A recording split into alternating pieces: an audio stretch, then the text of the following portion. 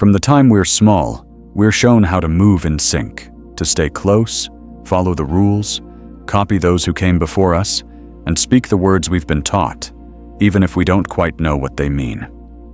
We're taught that fitting in is a kind of reward in itself. It feels good to be accepted. It feels safe to belong. In that way, the herd isn't just a figure of speech. It's something real. A mental structure that gives us a map for how to behave, what to value, and how to be seen. To live like everyone else doesn't demand bravery. It simply requires compliance. And the more we conform, the more approval we receive. But nature, sharp-eyed and unflinching, saw the danger in that comfort. When being accepted becomes more important than seeking the truth, thinking no longer sets us free. Instead, it becomes a kind of automated habit, a loop. The herd provides shelter, but the price is steep. It asks for our silence when lies are being told. It expects us to play along with injustice. It wants us to stay neutral, even when morality calls for conviction. To step away, to truly think for ourselves, is not just a small act of dissent. It's a rupture. A quiet rebellion against the most intimate parts of our collective lives. The hunger to be recognized, to feel part of something. The moment you begin to break away, you learn the painful truth. Freedom doesn't begin with joy. It begins with a heaviness, like you've been cut adrift. And it's not just about disagreeing.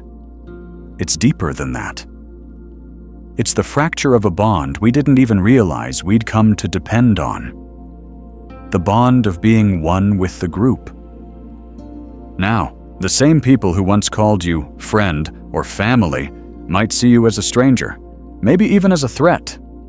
See, nature understood that the most confining prisons aren't the ones built with iron and stone. They're made of fear. The fear of walking alone, of becoming invisible to those who used to applaud you. That's why so many stay put.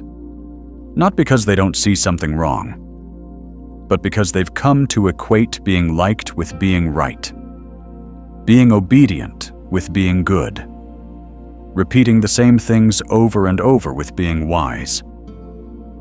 And so the break doesn't begin with a scream. It starts with a slow exhaustion, a quiet inner rebellion that whispers, "I can't keep doing this." And from that fatigue, a shift begins. What used to feel like home starts to look more like a cage, and as painful as it is, that's the beginning of something new. A way of living that no longer bends to the morality of the masses. Some comforts don't nourish. They sedate. Like the comfort of always saying yes, of obeying without thought. The herd doesn't just want you to follow.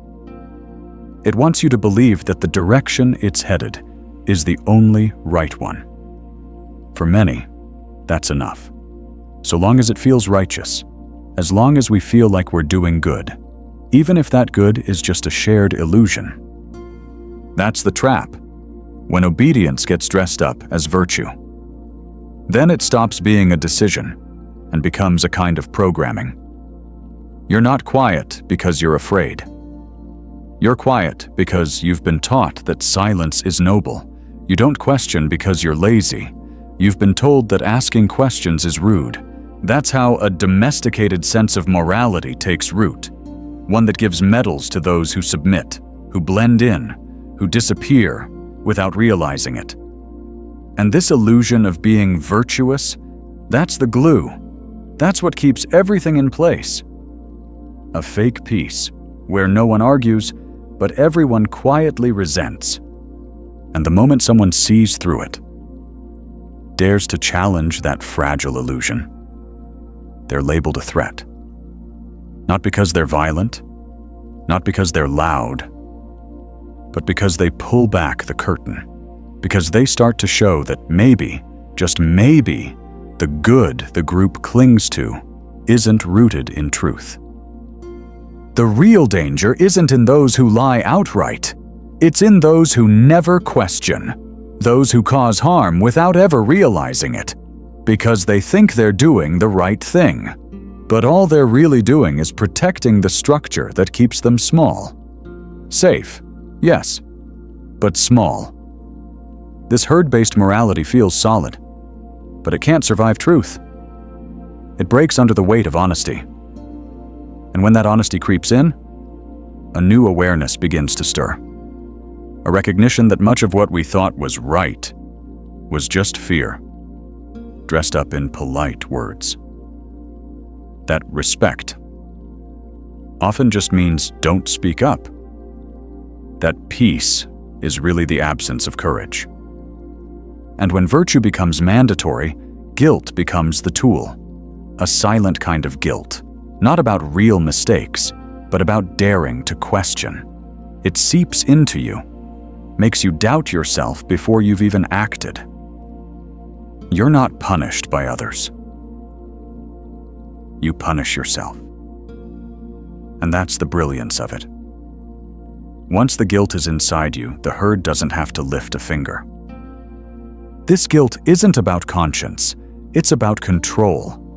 Not because real values don't exist, but because most people never chose them for themselves.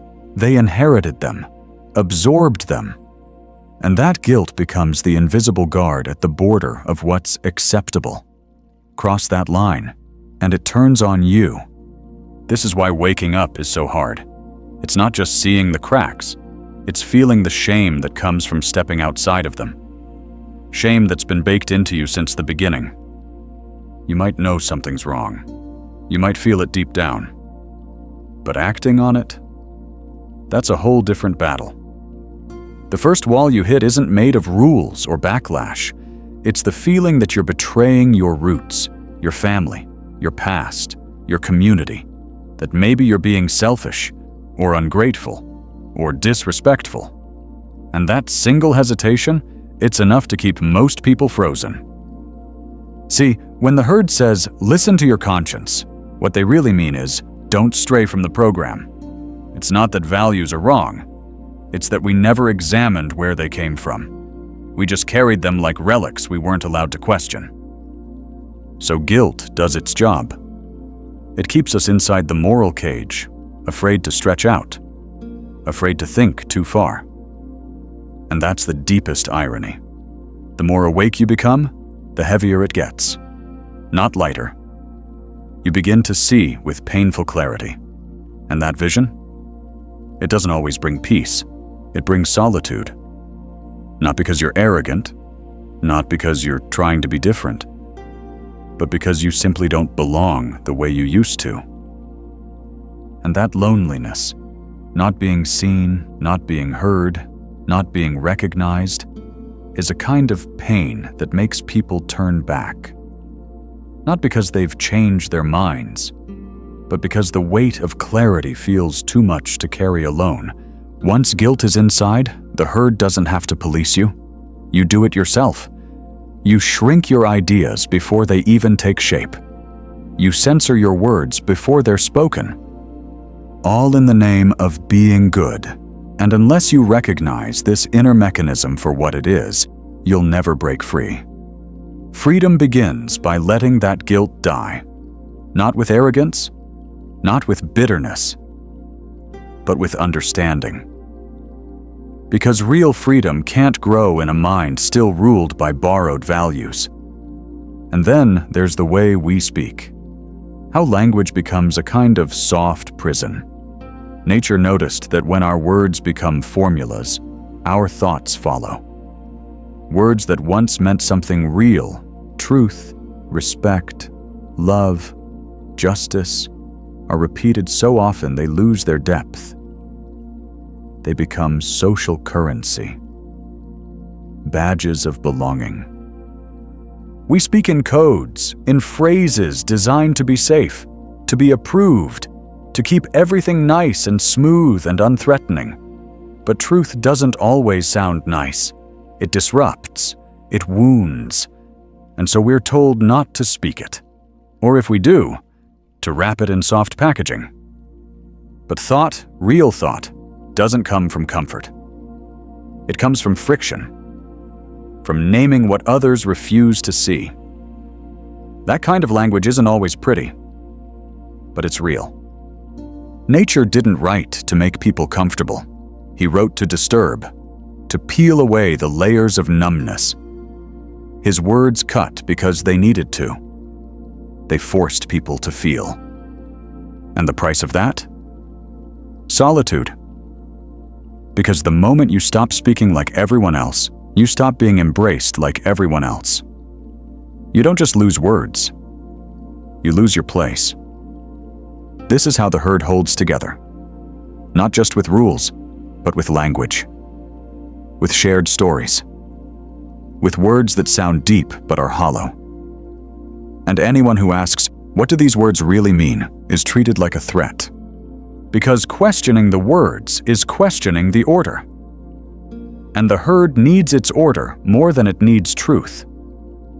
At this stage, silence takes on a new form. Not the silence of fear, but the silence of someone who has nothing left to say in a language that no longer fits. When the words run dry, when the slogans feel false, a deeper kind of communication begins. One without noise. This is just the first part of the transformation.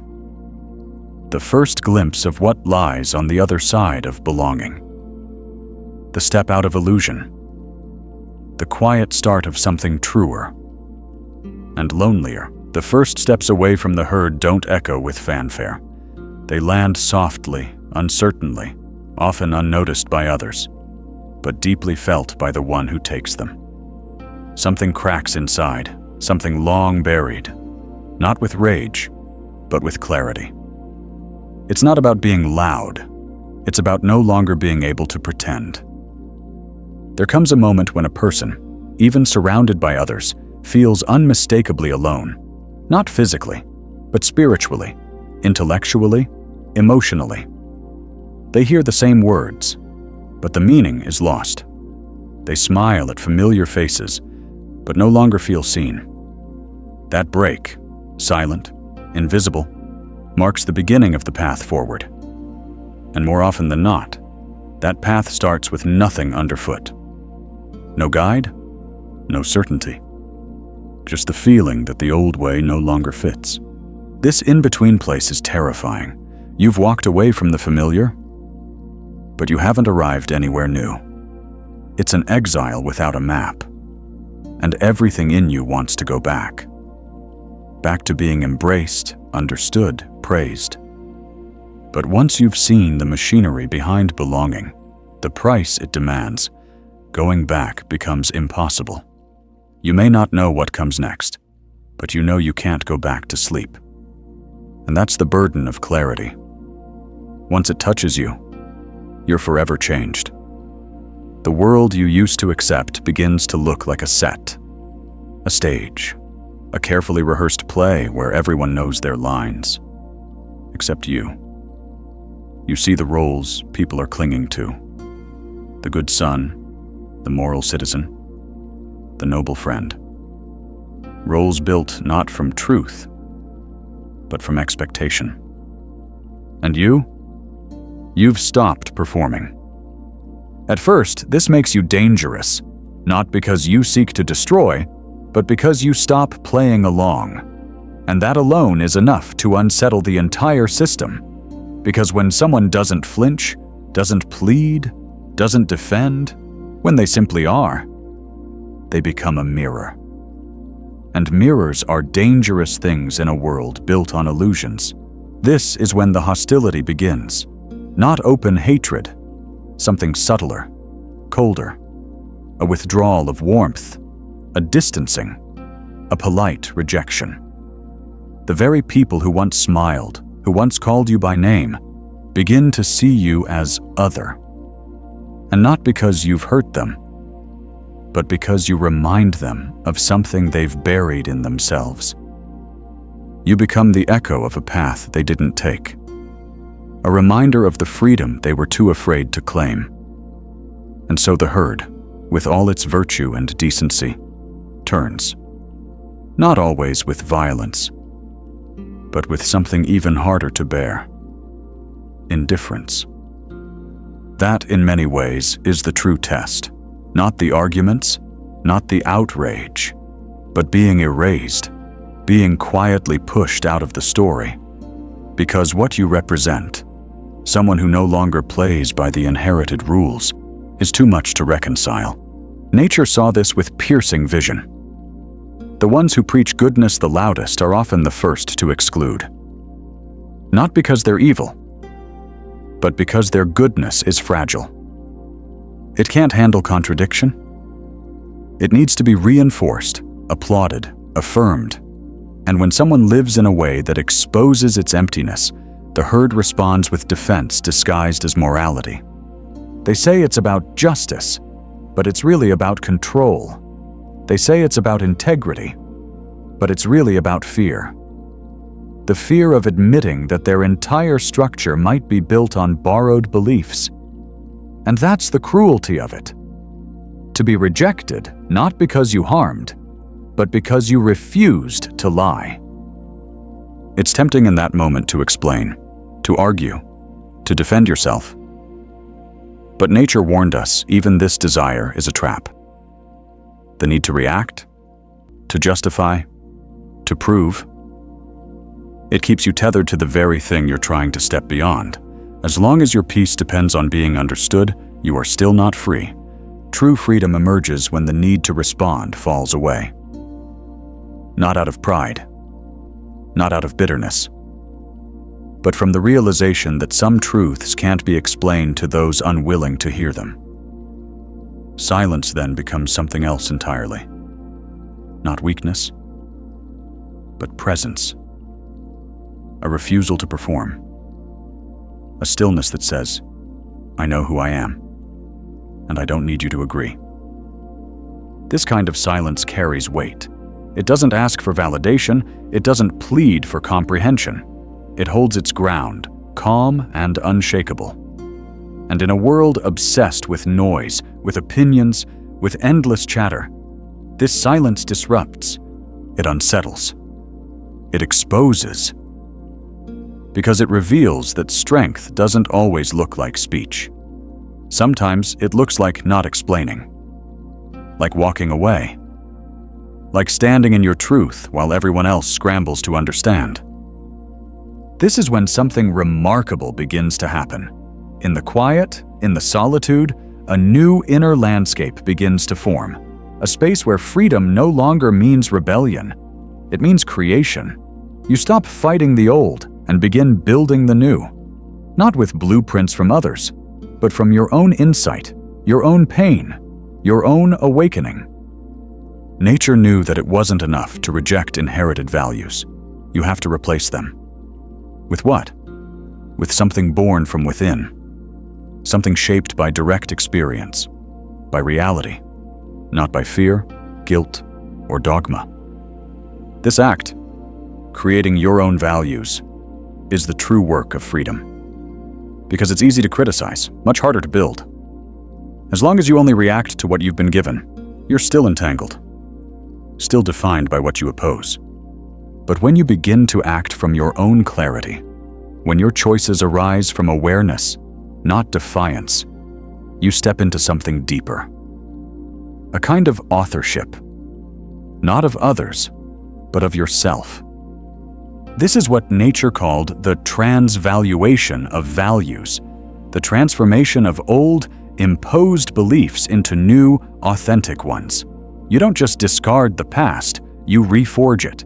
You stop carrying dead weight and start building a life that actually fits the truth you've discovered. And here's the paradox. These new values, they don't need to be shouted from rooftops. You don't have to argue them, promote them, prove them. You just live them. Quietly, consistently. They show in how you move, in what you refuse, in the energy you no longer give to what isn't real. This kind of strength doesn't seek followers. It doesn't crave applause. It simply is. Grounded. Solid. Free. And in time, this presence, calm, firm, unshakable, begins to reshape everything. Not the world at large, perhaps, but your world. the world of your choices, your relationships, your direction, and that's enough. But it's not without danger.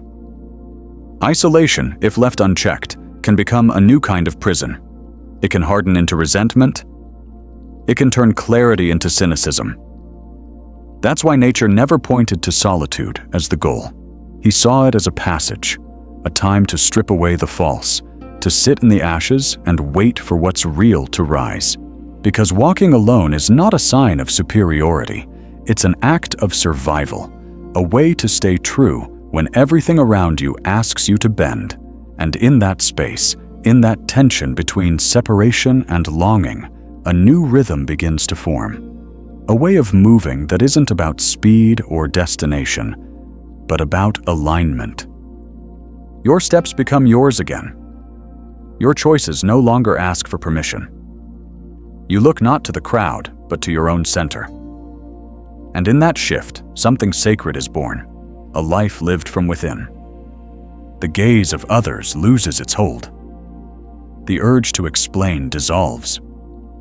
And slowly, what once felt like exile begins to feel like home. Nature described those who reach this point, not as outcasts, but as something else entirely.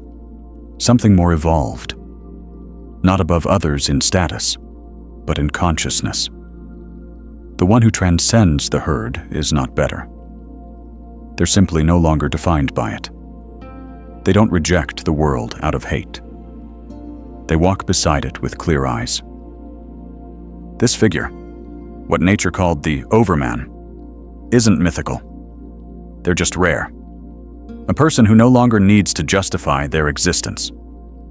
Who lives not in opposition, but in alignment with their own truth.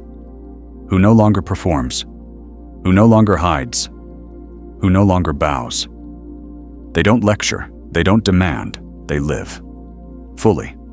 Honestly. Quietly. And that's what makes them so unsettling. Their life is the argument. Their silence is the proof. Their calm is the revolution. This state isn't reached by winning debates. It's built, slowly, painfully, in the ruins of an old identity. After everything familiar has fallen away, and before anything new has fully taken root. It's in that middle space, raw, uncertain, alive, that the overman is forged. Not in noise, but in clarity. Not in rebellion, but in creation. Not in anger, but in integrity. This isn't a path for everyone. Most will never take the first step. The herd offers too much comfort, too much safety. It promises a kind of peace, even if that peace costs your soul. But for those who can no longer bear to betray themselves, who feel a quiet, relentless pull toward something real, this path is not a punishment. It's a calling. Not a sentence, but an initiation. You aren't born free. You become free. And that becoming costs everything that was built on lies. You lose approval. You lose certainty. You lose your place in the old world. But what you gain is something immeasurable. You gain yourself. You gain a presence that doesn't need to shout. A truth that doesn't ask for applause. A silence that holds more power than 1,000 words. And once that truth is yours, once you've earned it through solitude, through loss, through relentless honesty, no one can take it from you. You walk alone, but you are no longer lost. You are no longer afraid. You are no longer asleep. You have left the herd. And now, finally, you belong to something greater. Yourself. Your path, your truth. And that is real freedom.